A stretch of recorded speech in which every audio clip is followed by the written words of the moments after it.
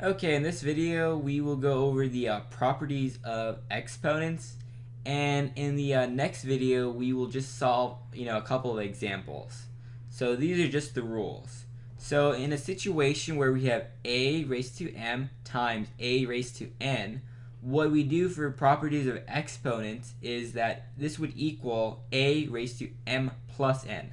So a is common for both, and then we simply add m plus n when we multiply.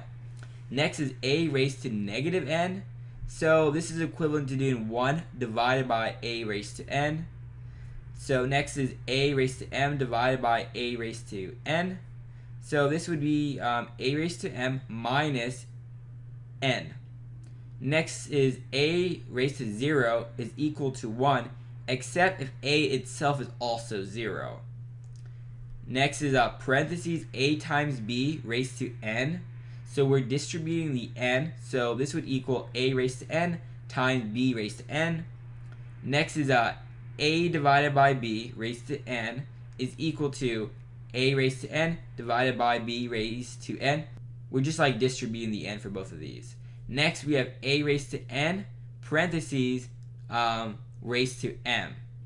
And in this situation where we're like, this is also an exponent, what we do here is say a raised to n times m. See, unlike this where we add because it's being multiplied, when we do exponents, it's going to be multiplied. And lastly, we have a divided by b raised to negative n, and so we can flip it because we have negative n, so we can say b raised to n divided by a raised to n. Or we could do parentheses b divided by a parentheses raised to n, where b does not equal 0, because if b is equal to 0, we would be dividing by 0.